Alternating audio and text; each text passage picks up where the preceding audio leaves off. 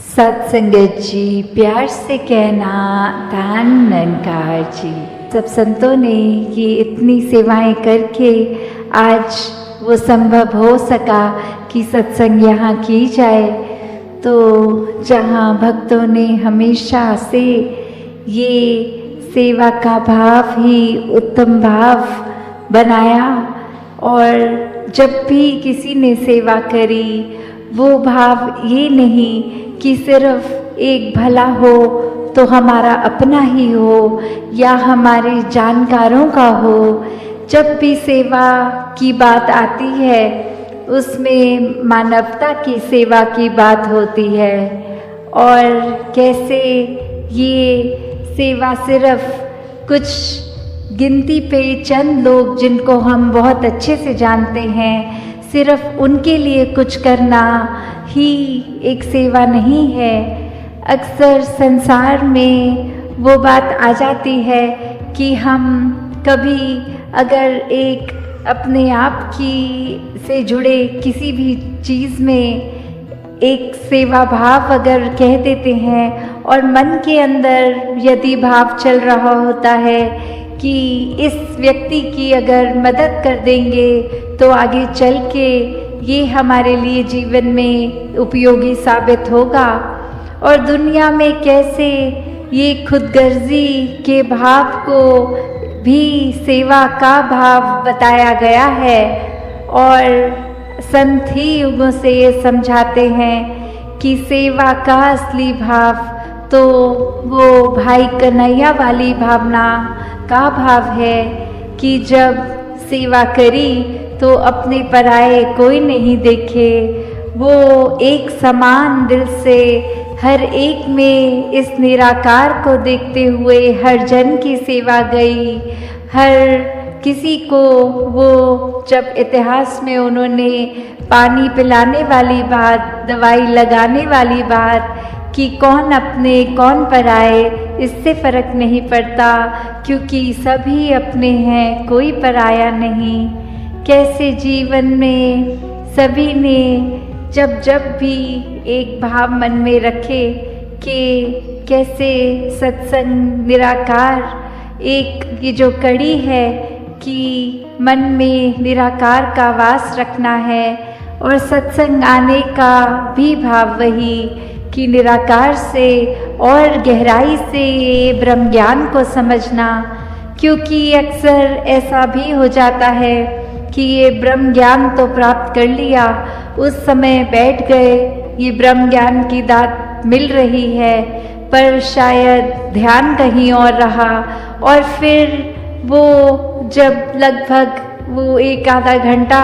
जो लगा वहाँ और बाहर आए ज्ञान कक्ष से तो फिर बात तो हो गई कि ब्रह्म ज्ञान प्राप्त है पर वो समझ पकड़ में नहीं आई क्योंकि या तो ध्यान से श्रवण नहीं किया या फिर कोई बात अगर समझ ना आने पे प्रश्न रूप नहीं किया गया या फिर और किसी बात को उस समय सोचकर कि बोला क्या जा रहा है उस पे ध्यान नहीं दिया और फिर एक बात ये हो गई कि हमने ब्रह्म ज्ञान को प्राप्त कर लिया है और फिर जीवन में आगे क्या होता है तब जब अपने बेसिक कॉन्सेप्ट ही नहीं क्लियर तो आगे तो फिर एक कन्फ्यूजन ही है। वो फिर ज़िंदगी वैसी ही है जो चाहे किसी ने ब्रह्म ज्ञान ना लिया हो तो भी जो वो जीवन जीते हैं वैसे ही हर फिर ऐसे भी जब ज्ञान लेकर उसको समझकर उसको हृदय में न बसाएं तो भी जीवन वैसे ही ये अंधकार में ही होता है। तो बात वही कि ब्रह्म ज्ञान भी जब ले रहे हों तो कैसे वो उसकी समझ को पकड़ना है, एक मन में क्लैरिटी से ये ज्ञान बसे, उस ओर ही ये ध्यान हो। आगे अक्सर ये भी देखा गया है संसार में कि कोई अगर व्यक्ति जब मिशन से परिचित नहीं होते और वो एक आकर किसी व्यक्ति को देखें जो यहाँ संगत में बहुत महापुरुष अगर दुनियावी रूप में सक्सेसफुल होते हैं, एक माया रूप उनके प्रति निरंकार ने अगर ये धन दौलत अधिक दी होती है, तो अक्सर कुछ इस तरह का भी प्रभाव ले लेते हैं कि इन्होंने अगर ब्रह्म ज्ञान लिया है तो ही इनके पास धन दौलत है, तो ही ये इनका परिवार कोई ज़्यादा बीमार नहीं पड़ता। और ऐसे मन से फिर वो सत्संग की ओर आते हैं कि यदि हम भी ले लेंगे और वो प्राप्त हो जाए तो हमें भी धन दौलत मिलेगी, हमें भी एक बीमारी रहित शरीर मिलेगा। तो जब ऐसे भी आके एक ब्रह्म ज्ञान रूप में जुड़ते हैं तो ये सवाल उस समय उनका भी कि आप अगर ब्रह्म ज्ञान लेना चाहते हो तो उसके पीछे कोई वेस्टेड इंटरेस्ट नहीं, कोई एक भाव मन में इच्छा का अपनी नहीं। ब्रह्म ज्ञान लेने के लिए मन तभी जब वो एक जिज्ञासु मन हो, जब बात इस शरीर की हो ही ना, जब बात सिर्फ इस शरीर के अंदर बसी आत्मा और अंग संग हर जगह बसे इस परमात्मा की हो, कि जब इस आत्मा की तड़प की अपने असली रूप इस निराकार में मिलना है, इसका पता करना है, तो वो भाव एक ब्रह्म ज्ञान के प्रति एक रुझाव होना, एक जिज्ञासा होना मुबारक है। क्योंकि ये भी देखा गया है कि अक्सर कुछ संगत करके कुछ एक नए अगर जुड़ते भी हैं, आगे वो कुछ समय बाकियों को प्रेरणा देते हैं कि हम कुछ समय से सत्संग जा रहे हैं, आप भी चलिए, और खुद अपने कुछ समय में ही वो सत्संग के प्रति लगन कम हो गई और आगे जिनको कहा उनके प्रति वो उनका तो एक मन का लगाव इस निरंकार से हो गया। उन्होंने ब्रह्म ज्ञान भी लिया और उसको बसाया भी, उसके प्रति एक जीवन समर्पित भी किया, पर जिन्होंने उनको ब्रह्म ज्ञान की प्रेरणा दी वो ही सत्संग से दूर हो गए। तो कैसे जीवन में हर किसी ने ये ब्रह्म ज्ञान की दात को जब लेना है तो भाव मन में सिर्फ और सिर्फ यही कि इस निराकार का पता चल जाए, इस शरीर की ही यात्रा को हम एक असली, एक अपने शरीर को ही सब कुछ ना मान बैठे, जो असली का जीवन है, एक नश्वर जीवन, वो तो एक खत्म है जब, तो ये आत्मा जो नश्वर हमेशा एक दातार के साथ ही जुड़कर हो जाएगी, जब भटकन से रहित जीवन होगा। वरना बात यही कि हम तो ज्ञान भी हमने प्राप्त किया, सत्संग भी जाते हैं, फिर भी अगर घर परिवार में शादी है तो भरम भुलेखे भी हम फॉलो करेंगे। हम फिर एक जो सांसारिक सुपरस्टिशंस है उनको भी मानेंगे और अपने आप को बोलते हैं कि हम तो संसारिक हर एक बंधन से मुक्त हैं। तो ऐसा फिर सोचना, एक खुद ही मन में देखे कि जब ये निराकार ही बेरंगा है तो इसकी समझ आने पर हम अपने मन में तरह तरह के नज़र के, रंग के, भेदभाव के, जाति पाति के अगर चश्मे लगा के बैठे हैं तो कहाँ हुए हम फिर इन बंधनों से मुक्त। तो ब्रह्म ज्ञान को भी उस तरह ही समझना है कि एक ये निराकार हर किसी की लिए एक मुक्ति का ये मार्ग, जब निराकार को पहचान लिया तो वो जीवन में बनना है, ना कि एक निरंकारी होने का मतलब ये नहीं कि खुद को और ज़्यादा एक सुपरस्टिशंस में बांध लें, ब्रह्म भुलेखे में डाल ले। एक निराकारी होने का मतलब ही इस निरंकार को हर पल जीना है, इस निरंकार से एकमिक रहना है। और जो वाकई ही एक निरंकारी बनेंगे इस तरह, वो किसी भी माया रूप के बंधन में नहीं है, वो किसी भी दिखावे के बंधन में नहीं है, वो किसी भरम भुलोकों के बंधन में नहीं है। सिर्फ और सिर्फ ये असली पहचान है कि इस दातार के साथ सही कारण से जुड़े हैं, इसलिए नहीं कि जीवन में कुछ अच्छा होगा या भय से जुड़ना कि कुछ तकलीफ नहीं होगी अगर हम नित प्रति संगत आएंगे, नित प्रति सेवा की पर्चियाँ काटेंगे। फिर तो अपने आप को ही अगर भाव ठीक नहीं होगा तो जाने अनजाने में हम खुद को फिर से एक अपने सेल्फ क्रिएटेड बंधनों में बांध रहे हैं। ये भाव हमेशा हो कि कारण क्या है, भय से नहीं कि आज कुछ ठीक नहीं है तो पर्ची कटा लेते हैं। बात वो कि एक दातार हाजिर नाजिर है, हर समय जीवन में सब कुछ ही अच्छा है, चाहे अभी हमें लग रहा है उसमें अच्छा है या नहीं, पर भाव वही कि मन में ये निराकार है। सेवा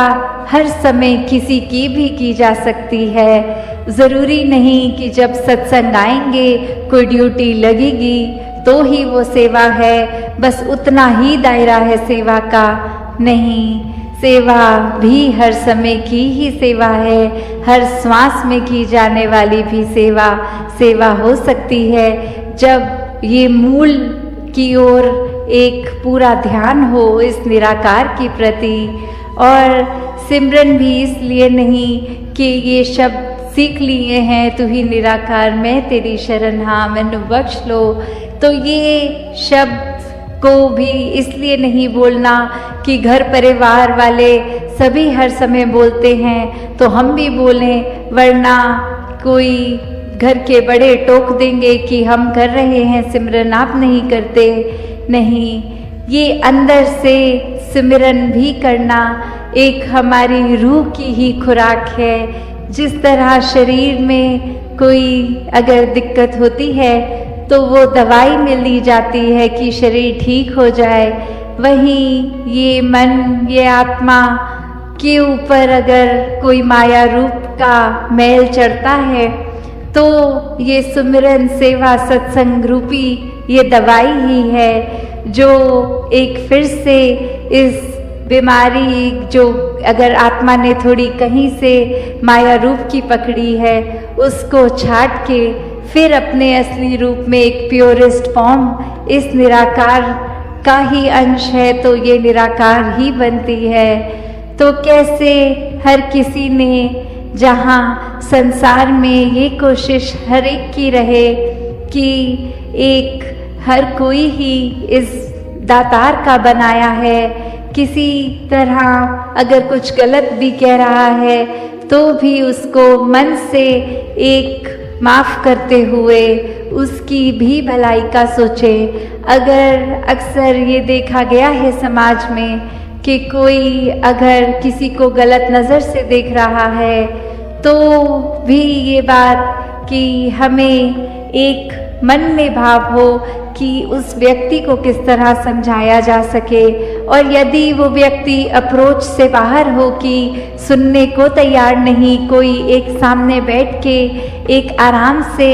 एक बात एक डायलॉग नहीं कर सकता है, तो फिर वो बात कि कैसे जिसके लिए उन्होंने खराब बोला उनको समझाया जाए कि जो शब्द बोल दिए गए हैं या जिस नज़र से देखा गया, अब आप अपने मन से उन शब्दों को पकड़ के मत बैठो कि आपके लिए उन्होंने इतना खराब बोल दिया तो अब आप जीवन में कभी उस व्यक्ति से प्यार नहीं कर सकते। वो धीरे धीरे उनकी बात आपको भी अपने मन से एक समाप्त करनी होगी, क्योंकि ये इसका वो बात का मतलब ये नहीं कि आगे से वो पहला व्यक्ति फिर अगले दिन कुछ कड़वा नहीं बोलेगा, फिर अगले दिन खराब नहीं बोलेगा, पर ये इसलिए कि हम ही अगर अपने मन में दूसरों के प्रति एक खराब बातों को ही जगह देते रहेंगे तो अंदर से हम ही कहीं ना कहीं परेशान होंगे, स्वभाव में चिड़चिड़पन आ जाता है। कैसे फिर एक धीरे धीरे स्वाभाविक जो एक मुस्कुराहट चेहरे पे होती है वो फीकी पड़ जाती है। तो जो अच्छाइयाँ करनी हैं जीवन में वो इसलिए नहीं कि अच्छाइयाँ करके एक महान बनना है, या अगर अच्छाइयों को करेंगे नहीं तो कोई उसमें बुरी बात हो जाएगी, एक नुकसान हो जाएगा हमारा। पर अच्छाई इसलिए करनी है क्योंकि हम इंसान हैं और इंसान का काम ही अच्छाई करना है। मन में कोई बात को इस कदर नहीं बिठा लेना कि ये जीवन भर अब ऐसा ही हो गया, उस व्यक्ति ने ऐसा एक बार किया था तो अब जीवन भर का ठप्पा लग गया उस पे कि ये व्यक्ति हर समय ऐसा ही करेगा। बेशक करे, पर हमने कैसे फिर अपनी चेतनता को इस्तेमाल करना है कि शब्द तो सिर्फ शब्द ही हैं। किसी ने बुरे भी बोल दिए, एक कान से सुने दूसरे से निकाल दें, ज़रूरी नहीं वो एक कान से सुन के मन में बिठा लें हमेशा के लिए। तो कैसे एक खुद को भी पॉजिटिव रखने के लिए फिर यही निरंकार का ही आसरा लेना पड़ता है कि चाहे दूसरे का सुधार हो, दूसरे के स्वभाव में चेंजेस आए ना आए, पर हम अपने आप को उदास ना करें, क्योंकि ये निराकार, ये परम शक्ति, इसके अंदर इतनी पॉजिटिविटी है कि कोई एक आधे 2-10 व्यक्तियों की नेगेटिविटी अगर रखें तो उसके मुताबिक उसके कंपैरिजन एक तोल में अगर देखें तो ये निरंकार की तो इतना ब्रह्मांड पॉजिटिविटी का इसमें है। तो हमें एक कुछ लोगों की वजह से अपने जीवन में खुद को मन खराब करना है या इस निराकार से हर समय वो पॉजिटिविटी लेकर अपने आप को खुश रखना है, अपने आप को एक सेल्फ सस्टेनेबिलिटी की ओर लेके आना है कि हर बार इमोशंस भी हमारे इतने उदास नहीं कि कुछ दोस्त, कोई घर के मेंबर्स लगे रहें कि चलो अब उदास मत हो, अब ठीक हो जाओ, वो बात हो गई नहीं, वो उनको भी हम अपना इमोशनल सपोर्ट के लिए क्यों डिपेंड हों किसी पे, जब ये निराकार ही साथ है। और हर पल में ये इमोशंस भी इसी पे अगर जोड़ लेंगे, जब तन मन धन निराकार का है तो ये मन के इमोशंस भी फिर इसी से आने जाने हैं। तो इस निराकार से ही जब वो शक्ति मांगे अपने लिए कि एक उदास होना लाजमी है, पर कुछ पलों के लिए अगर होके अपने आप को निरंकार के ऊपर कनेक्ट करके पॉजिटिव हो जाएंगे तो वो पल कब आए कब चले गए पता भी नहीं लगेगा। और वहीं उन पलों को अगर अपने दिमाग में बार बार सोचते रहेंगे, एक ये नेगेटिविटी के लूप में फंसते जाएंगे, फिर एक मन दलदल की तरह फिर हमें और ज़्यादा नेगेटिव सोचने पे मजबूर कर देगा, फिर निराकार का ख्याल नहीं आएगा, फिर एक कोई उम्मीद का रूप नहीं नज़र आता मन में। तो कैसे सिर्फ इसलिए नहीं निराकार को मन में बसाना कि निरंकार को बसाएंगे तो पॉजिटिव रहेंगे, नहीं, ये निराकार ने तो एक अपना रूप जो हमने पता है निराकार क्या है असली, तो उसको जब अपने हिस्से बांध लेंगे, दिल में बसा लेंगे, फिर वो बात ही नहीं कि मन से कहीं जाएगा उतर के। फिर एक जिस तरह हम कोई वस्तु अगर अपने कमरे में रख के कमरे को लॉक कर देते हैं तो वो पता ही है उस वस्तु ने अब खुद तो निकल के जाना नहीं है कमरे से बाहर, तो वो तभी जा सकती है अगर उसका ताला फिर कमरे का खुले और कोई आके फिजिकली उस चीज़ को उठा के कमरे से बाहर लेके जाए। तो जब इस मन में निराकार बस गया है तो अपने आप तो जाना नहीं है, पर बात वही कि हमने क्या अहंकार को या बुरी बातों को मन में अगर प्रवेश दे दिया तो फिर हमारे मन में कहाँ निरंकार ठहरेगा। तो दासी और अधिक समय ना लेके इन्हीं शब्दों से आपसे इजाज़त चाहेगी सात संगत जी, धन्यवाद जी। सात संगत जी, प्यार से कहना धन्यवाद जी। आज यहाँ दिल्ली में सभी ने सत्संग में देश विदेश और देश के अनेक राज्यों से महापुरुषों को श्रवण किया, वो चाहे एक माध्यम जो भी रहा, भाषा जैसे भी रही, संदेश इस निराकार का भक्ति में जीवन को जीने का रहा। और यही पिछले 2 दिनों से भी एक समालखा में चाहे ये मीटिंग रूप रहा था जहाँ सभी एडमिनिस्ट्रेशन से जुड़े हुए आए भक्त, और वहाँ भी कुछ चीज़ों की क्लैरिटी होती रही, पर साथ ही ये फोकस पॉइंट सभी को बार बार कहा गया कि सबसे पहले ये संतों की सेवाओं के लिए जो एक रूप है उसमें सेवा दे रहे हैं, तो खुद को भी हर समय संतों का दास ही माने। एक भाव कुछ और ना बन जाए, कोई खुद को किसी तरह से संगत से अलग ना समझें, सभी संगत की सहूलत के लिए। तो बात वही कि भक्तों को हमेशा से युगों युगों से एक अपने प्रियतम इस निराकार के प्रति ही प्यार रहता है, और यही एक मन जुड़ा रहे उसी के लिए ये सत्संग का भी आयोजन, एक सेवा भाव भी, मन से सुमिरन भी, और सत्संग आके भी फिर संतों की वाणी कि ये क्या संदेश मिल रहा है उस पे गौर करके ये जीवन कैसा सही दिशा में रहते हुए एक संवरता चला जाता है, एक अच्छी चीज़ों को अपनाते हुए एक ये पॉजिटिव तरफ ही जीवन का विस्तार होता रहता है, ये निराकार पे मन लगा रहता है। तो बात वही कि सत्संग आना सिर्फ यही बात नहीं कि आए और सुना चले गए, बात है कि ये मन हमारा उस समय कहाँ है। हम बैठे तो हुए हैं, पर क्या वाकई ही एक संतमती एक संतों के साथ जुड़ रहे हैं, या वही अपने रोज़मर्रा की ज़िंदगी या कोई ख्यालों में खोए हैं, कोई विचार और ही दिमाग में चल रहे हैं। तो ये मन तो अपना चंचल रूप बनाए रखता है, ये स्थिर होना पसंद नहीं करता, पर ब्रह्म ज्ञान से, ये चेतनता से, इस निराकार स्थिर के अंदर टिककर ही मन को स्थिर किया जा सकता है। वरना तो पुरातन समय से यही एक चलता आ रहा है, चाहे आज के युग में बोलते हैं डिस्ट्रैक्शन ज़्यादा हैं, पर जब उस तरह से कम भी थी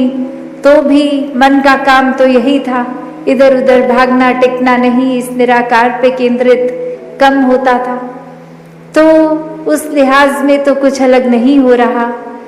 और कैसे संतों ने तब भी अपने आप को फोकस वापस निराकार पे ही, परमात्मा पे ही किया, और आज भी यही एक तरीका है। और अभी भी वही संदेश जो युगों युगों से हम सुन रहे हैं कि जीवन को ठीक तरह जीना है तो वाकई ही जीते जी स्वर्ग प्राप्त किया जाए, जीते जी ब्रह्मलीन हुआ जाए, और ये सिर्फ और सिर्फ परमात्मा की प्राप्ति इस ब्रह्म ज्ञान से ही हो सकता है। और सिर्फ ले लेना ही काफ़ी नहीं, हर पल इस ब्रह्म ज्ञान पे चलना भी ज़रूरी है, वरना तो लिया ना लिया एक बात है। तो हर समय जिन्होंने इस परमात्मा को मन में बसाया, बाकी ही वो भक्तों में उनकी गिनती होती है। और ये हर एक का अपना मार्ग, अपना रिश्ता इस परमात्मा से, ये फिर एक दूसरे को देखा देखी उस तरीके से नहीं भक्ति होती। ये अपना मन इस परमात्मा के साथ जोड़कर अपना पर्सनल रिश्ता एक बनाया जाता है। और आसपास फिर दिखने वाले भी बहुत होते हैं, कोई किसी वजह से आया हो सत्संग। अक्सर हम उस नियत से यही देखते हैं कि हम सत्संग भक्ति करने आए हैं, निराकार से जुड़ने आए हैं, पर किसी और का उद्देश्य कुछ और हो सकता है। कोई इस वजह से आया हो सकता है कि एक घर से प्रेशर है, एक सब चल रहे हैं तो हम भी चलते हैं, नहीं तो घर वाले फिर एक नाराज होंगे। या कोई एक आइडेंटिफाई किए हुए हैं कोई बिजनेस समाज के लोग, तो वो सत्संग में आते हैं तो हम भी आके फिर इनसे इस तरह से ताल्लुकात बना के अपने एक फाइनेंशियल एस्पेक्ट को मजबूत कर सकते हैं।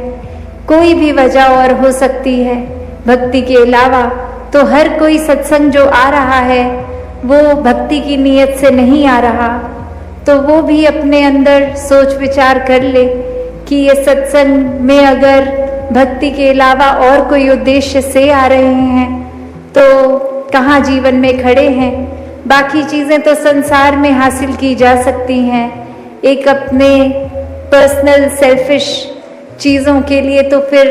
पद पदवियाँ भी संसार में अनेकों उपलब्ध हैं। किसी न किसी तरीके से एक नाम रुतबा पाया जा सकता है। तो वही अगर मेंटालिटी, वही चतुर चालाकियाँ हम सत्संग में भी लेके आ रहे हैं तो वाकई ही क्या हम सही मायने में भक्ति कर रहे हैं, या भक्त बोलने के भी अधिकारी हैं या नहीं हैं। और यहाँ तो ये ऐसा दर्द है जहाँ एक सीधा ही ब्रह्म ज्ञान की प्राप्ति के बाद वो महान आत्मा महापुरुष की तरह संबोधित भी किए जाते हैं। तो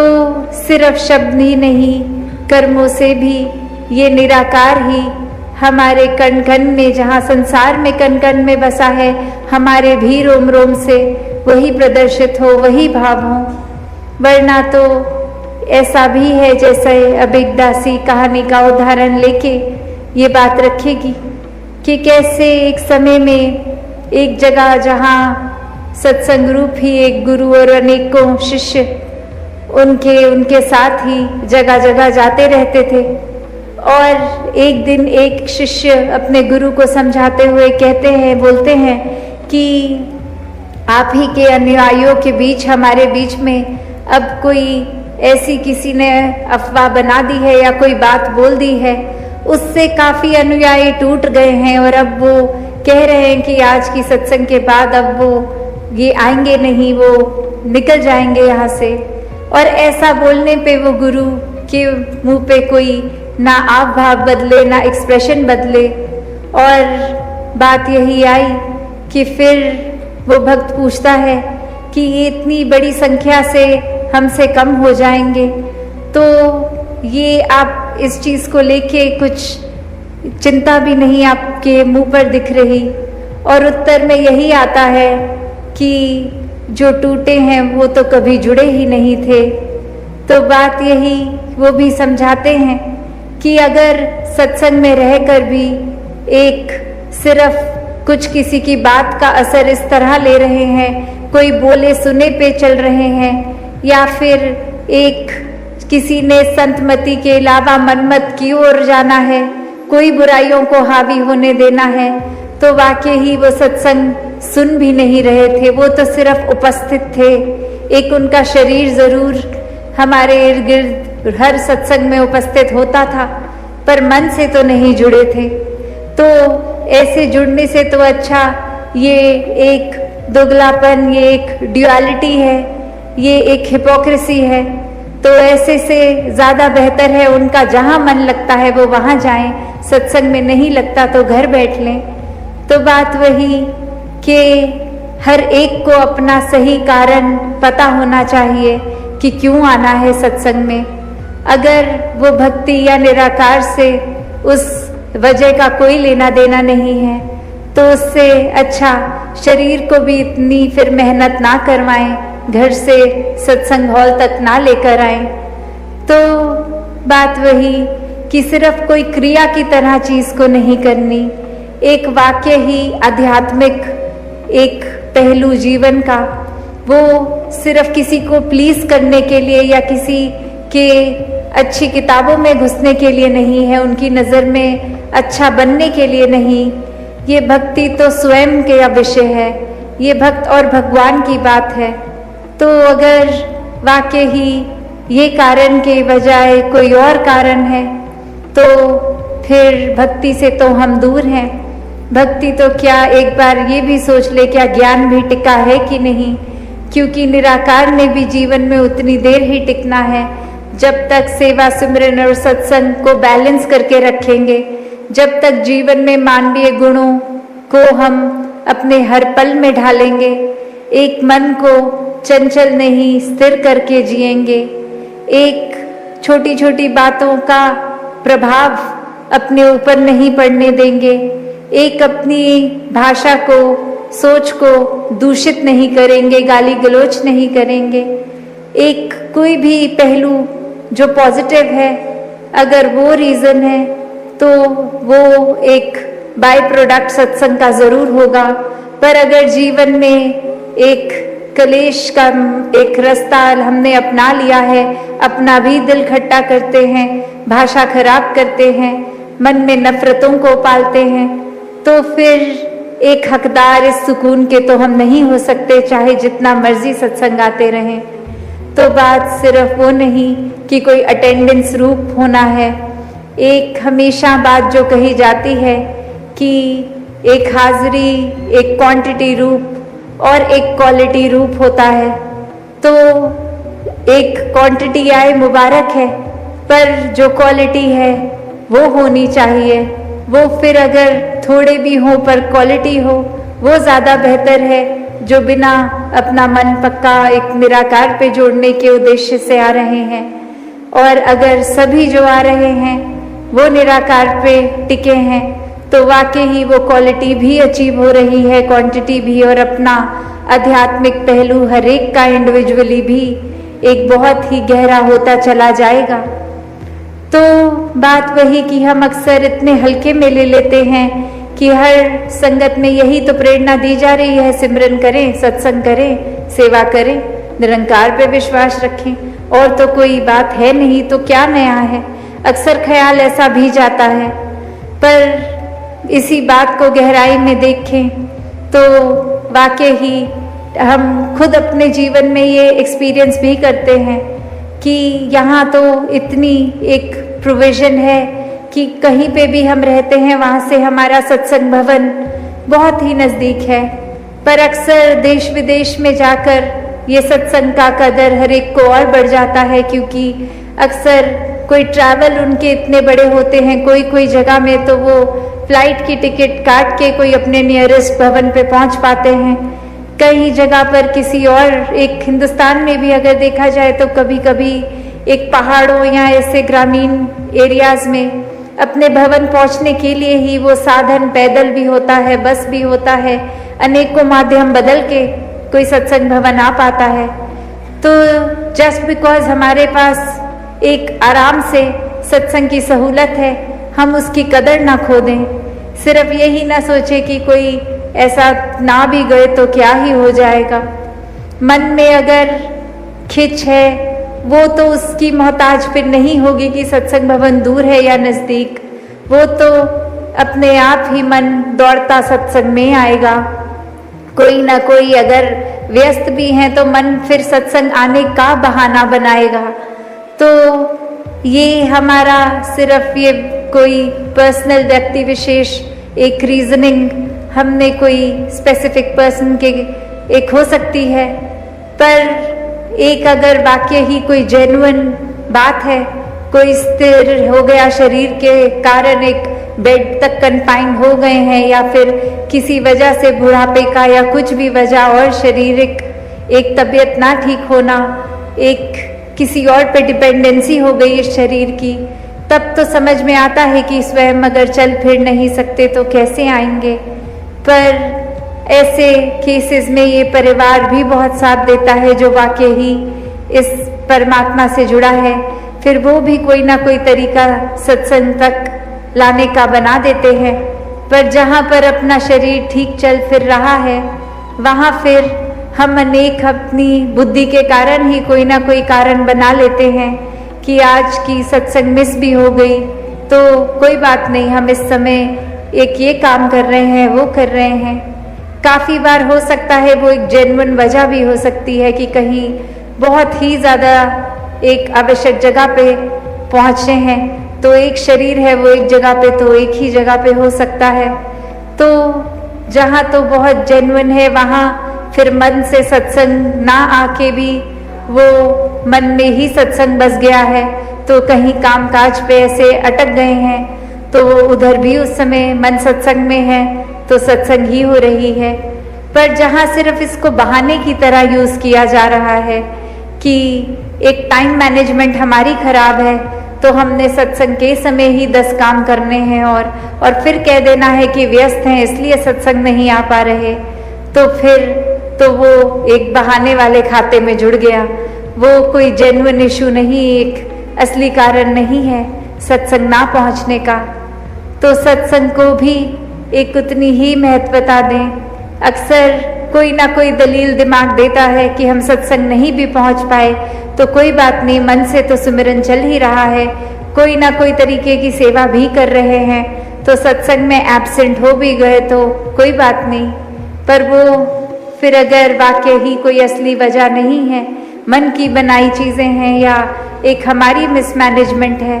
तो फिर एक अपना सत्संग की भरपाई तो हर एक ने अपनी ही करनी है। ऐसा तो हम नहीं कर सकते कि घर परिवार का दूसरे किसी व्यक्ति को भेज दें, बोले और आप हमारे हिस्से की भक्ति कराएं संगत में जाके, ऐसा तो पॉसिबल है नहीं। अपना खाना अपने पेट में हमें खुद ही डालना होता है, बाकी सबका पेट भर भी गया घर में तो अपनी भूख तो हमारी अपनी ही है। तो ऐसा फिर एक चतुराई का साथ ना लिया जाए ऐसे समय पे, जहाँ तक हो सके एक अपने आप को एक स्पिरिचुअली स्ट्रॉन्ग करना है, निराकार से जुड़ना है, तो वाकई ही ये बैलेंस जहाँ ज्ञान और कर्म का एक बैलेंस की बात की जाती है, वहीं सेवा सुमिरन और सत्संग की भी करी जाती है। और सत्संग आके सिर्फ और सिर्फ संतमति को ही अपनाना है, वरना तो जैसे दासी ने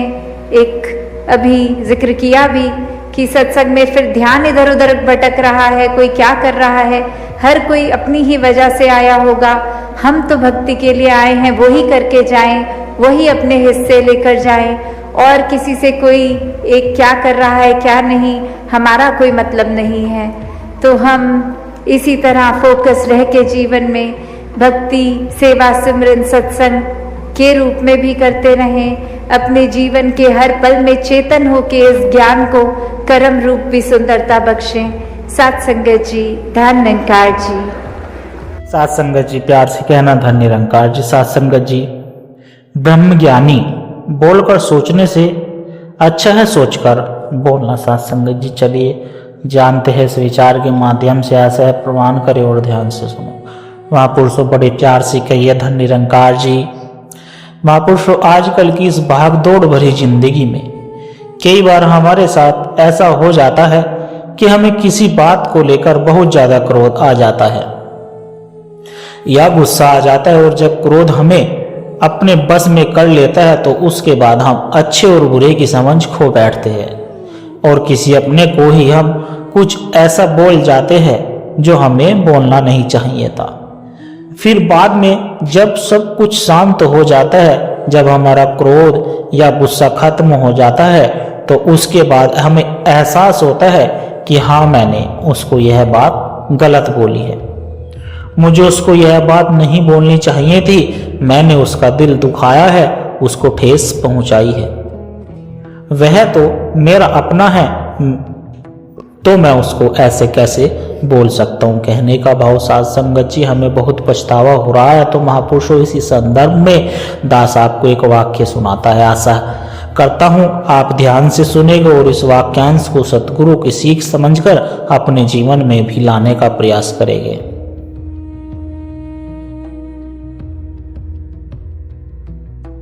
तो महापुरुषों, एक बार की बात है, दो पड़ोसी होते हैं जो आपस में बहुत सहजता से अपना जीवन व्यतीत कर रहे होते और अर्थात वे बड़े ही प्यार से रहते थे। लेकिन न जाने एक दिन उनकी किस बात को लेकर आपस में लड़ाई हो जाती है, झगड़ा हो जाता है और वह झगड़ा इतना बढ़ जाता है कि वो एक दूसरे को काफी बुरा भला कह देते हैं। लेकिन महापुरुषों, जब बाद में झगड़ा शांत हो जाता है और उन दोनों पड़ोसियों का गुस्सा खत्म हो जाता है, तो पहले वाले पड़ोसी को इस बात का एहसास होता है कि उसे अपने क्रोध में आकर अपने पड़ोसी के लिए कुछ ऐसे शब्दों का प्रयोग कर लिया, यानी उसने अपने मुख से कुछ ऐसे शब्द निकल दिए जो उसे नहीं निकालने चाहिए थे। तो पहले पड़ोसी को जब इस बात का एहसास हुआ साथ संगत जी, तो उसको पछतावा भी होता रहा। तो अपने पछतावे के साथ एक संत महात्मा के पास पहुंच जाता है और उससे प्रार्थना और विनती करने लगता है कि हे परमात्मा, हे महात्मा, मुझसे अपराध हो गया है, मेरा अपने ही पड़ोसी के साथ झगड़ा हो गया है और मैंने उसको कुछ अपशब्द भी बोल दिए थे, यानी मैंने उसको कुछ गलत बोल दिया है जो मुझे लगता है कि मुझे नहीं बोलना चाहिए था। अर्थात अब मुझे पछतावा हो रहा है और मैं अपने बोले हुए शब्दों को अब वापस लेना चाहता हूं। तो महापुरुषों, उस महात्मा ने उस इंसान की बातों को बड़े ही सहज भाव से सुना और फिर उस व्यक्ति से कहा कि बेटा, यह आश्रम में आपको जितने पंख दिखाई दे रहे हैं, महापुरुषों, पंख जो पेड़ पौधे पर चिड़िया बैठी होती है या और कोई अन्य पक्षी बैठे होते हैं, तो उनकी कुछ पूंछ टूटकर नीचे जमीन पर गिर जाती है। दास उन्हीं पंखों की बात कर रहा है। तो महात्मा कहते हैं कि इस सभी पंखों को इकट्ठा करके मेरे पास लेकर आओ। तो इंसान उन सारे पंखों को इकट्ठा कर लेता है, वहां बहुत सारे पंख हो जाते हैं। फिर वो उनको महात्मा के पास ले जाता है। तो महात्मा कहता है कि अब इन सारे पंखों को जाकर अपने शहर के बीचों बीच एक चौराहे पर रख आओ। तो साध संगत जी, वह इंसान ऐसा ही करता है और ऐसा करने के बाद वह इंसान फिर से उसी महात्मा के पास पहुंच जाता है। तो महात्मा ने फिर से उस इंसान से कहा कि अभी अभी जाकर जो तुम सारे पंख शहर के बीचों बीच रखकर आए हो, तो अभी जाकर उन सारे पंखों को वापस लेकर आओ। फिर वह इंसान वापस चला जाता है और वह देखता है कि अब तो वहां सारे के सारे पंख हवा से इधर उधर उड़ चुके थे, यानी अब वहां एक भी पंख नहीं बचा था। तो आदमी खाली हाथ संत के पास पहुंच जाता है। तो संत उससे कहते हैं कि तुम खाली हाथ क्यों आए हो, वह सारे पंख कहाँ हैं, तुमने वहां पर रखे थे। तो उस इंसान ने कहा कि बाबा जी, मैंने जो पंख वहां पर रखे थे वह सारे पंख तो अब हवा में इधर उधर उड़ चुके हैं, अर्थात अब वहां पर एक भी पंख नहीं बचा और इसलिए मुझे आपके पास खाली हाथ ही आना पड़ा। तो संत महात्मा उस इंसान से कहता है कि बेटा, मैं तुम्हें यही तो समझाना चाहता हूं कि जिस तरह तुम्हारे द्वारा रखे गए पंख अब वहां पर नहीं है, तो ठीक इसी तरह तुम्हारे द्वारा कहे गए शब्द के साथ भी वही होता है। तुम आसानी से इन शब्दों को अपने मुख से निकाल तो सकते हो, पर चाहकर भी तुम उन्हें वापस नहीं ले सकते। जैसे नदी में गुजरा हुआ पानी और कमान से निकला हुआ तीर कभी वापस नहीं होता, तो ठीक इसी तरह से हमारे मुख से निकले हुए शब्द कभी वापस नहीं होते। अर्थात हमें बोलने से पहले सोच लेना चाहिए कि हम बोल क्या रहे हैं और इसका सामने वाले पर क्या प्रभाव पड़ने वाला है। तो महापुरुषों, इस कहानी से हमें यही सीखने को मिलता है कि हमें इस बात का ध्यान जरूर रखना चाहिए और कुछ कड़वे वचन बोलने से पहले या कुछ गलत बोलने से पहले यह याद रखें कि किसी को बुरा भला कहने के बाद आप चाहो कुछ भी कर लो, लेकिन फिर आपको कहे गए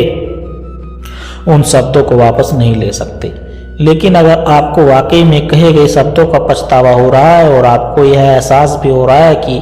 आपने अपने सगे संबंधी के साथ कुछ गलत शब्दों का प्रयोग कर लिया है, तो आप उस व्यक्ति के पास जाकर क्षमा जरूर मांग सकते हैं, और मांगनी भी चाहिए। पर महापुरुषों, हमारा ह्यूमन नेचर कुछ ऐसा होता है कि आप कुछ भी कर लीजिए, फिर भी इंसान कहीं ना कहीं हर्ट हो ही जाता है। लेकिन फिर भी हमें अपनी तरफ से एक पहल जरूर तो करनी चाहिए, ताकि सामने वाले इंसान को,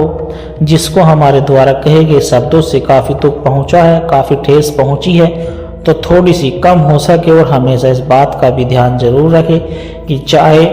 भले ही हम कम बोले पर अच्छा बोले। अर्थात महापुरुषों दास के कहने का भाव यही है कि हम किसी को बुरा भला कहते हैं तो हम उसको कष्ट पहुंचाने के लिए ही बुरा कहते हैं, मगर बाद में वह हमें ही अधिक कष्ट देता है। तो खुद को कष्ट देने से क्या लाभ है? इससे अच्छा तो यह है कि चुप ही रहा जाए। तो महापुरुषों दास अब इन्हीं शब्दों से आपसे इजाजत चाहता है। बड़े प्यार से कहना, धन्य निरंकार जी। और साथ संगत जी, आशा करता हूँ दास के द्वारा कहे विचार आप सभी संतों को अच्छे जरूर लगे होंगे। अगर अच्छे लगे हो तो वीडियो को लाइक करें, शेयर करें, कमेंट बॉक्स में धन्य निरंकार जी लिखकर दास के चैनल को सब्सक्राइब जरूर कर दें। और साथ संगत जी, दास की आप जी के चरणों में एक छोटी सी अरदास और है, आशा है प्रवान करें और ध्यान से सुने। अगर इन विचारों ने आपके दिल को छुआ है, अगर आपको आत्मिक शांति का एक कण भी महसूस हुआ है, तो इस ज्ञान के प्रसाद को केवल अपने तक सीमित ना रखे, इस प्रेम के पैगाम को आगे औरों तक भी पहुंचाए। क्योंकि साथ संगत जी, एक दिए से ही दूसरा दिया जलता है। जब हम इस सत्य की आवाज को रोह तक पहुंचाने का माध्यम बनते हैं, तो यह भी निरंकार की एक बहुत सुंदर ही सेवा है साथ संगत जी। और इस ज्ञान की धारा से, सतगुरु के इन विचारों से निरंतर जुड़े रहने के लिए आप हमारे इस सत्संग के डिजिटल परिवार का हिस्सा बन सकते हैं, ताकि जब भी कोई नया विचार साझा हो वह आप तक सहज ही पहुंच जाए। और एक दूसरे के विश्वास से हमें बल मिलता रहे। साथ संगत जी, सतगुरु हम सब की छोटी छोटी सेवाएं स्वीकार करें और दास को भी यह आशीर्वाद दे कि हर रोज दास आप जी के चरणों में ऐसे ही सुंदर सुंदर प्रेरणादायक कहानी विचार लेकर आता रहे। साथ संगत जी, प्यार से कहना, धन्य निरंकार।